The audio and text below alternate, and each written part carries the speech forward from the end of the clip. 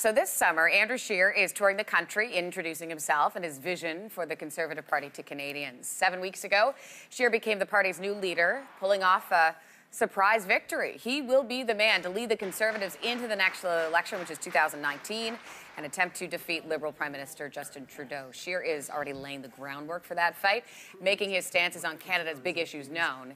He joins us now in studio. Good to see you. Good to be here. All right, you're on the tour. I was just asking you off camera. You had your 5 kids with you. How's it been going so far? It's been great. We started off in Atlantic Canada for Canada Day. We went to Charlottetown where Confederation happened and brought the 5 kids along, and my wife, of course. Got to see all the provinces in Atlantic Canada and then headed out to Calgary for Stampede. So it's been hectic, but it's been great. Yeah, with 5 kids, I'm sure. 6-hour flight from St. John's to Calgary. How'd that go? Not bad. Not bad. The last 2 hours are a little stressed. That's always what it is, isn't it? Okay, let's talk about some of the issues. Let's talk about the Omar Khadr payout. You say you want to force every Liberal to stand up and when the House resumes sitting in September to take a stand, really. How do you expect to do that?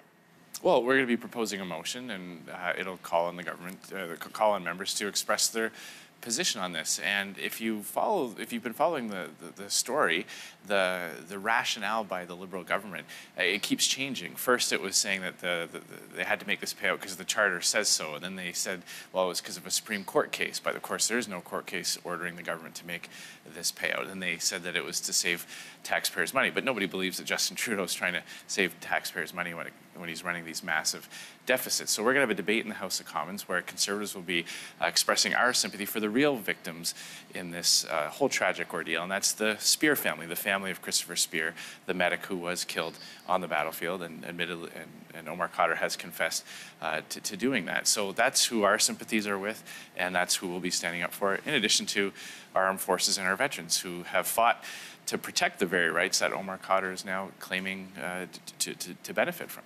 Let's talk about another issue. Families of missing and murdered Indigenous women have written a letter to Prime Minister Trudeau asking him to completely restart the national inquiry into the issue. So if you were in his position right now, how would you handle this? Would you handle it differently? What would you do? Well, clearly something needs to be done. There have been several high-ranking resignations in the commission.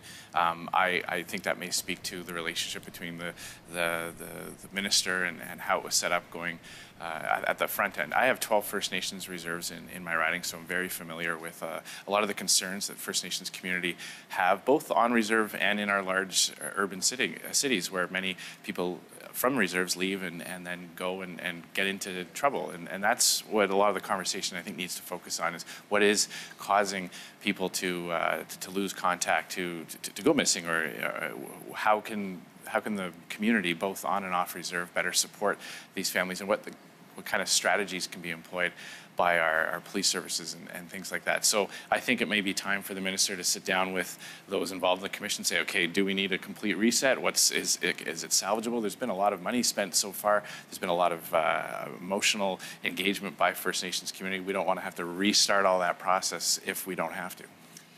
Prime Minister Trudeau marched in the Pride Parade in Toronto. You did not. You weren't there. Why?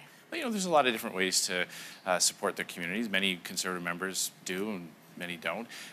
We've got a motion right now on the books in the House of Commons calling on the government to do more for homosexuals and people of the GLBTQ community in places like Iran and Chechnya. So the Conservative Party will always be a strong voice for protecting fundamental human rights and respecting those who want to express their support with the community through that mechanism. You don't think that was a good sort of symbol if you were to have been there and meet with people and march in one of the biggest parades in the world? Like I said, there's a lot of different ways to show our support for fundamental human rights and to making sure that Canada's society treats everyone equally.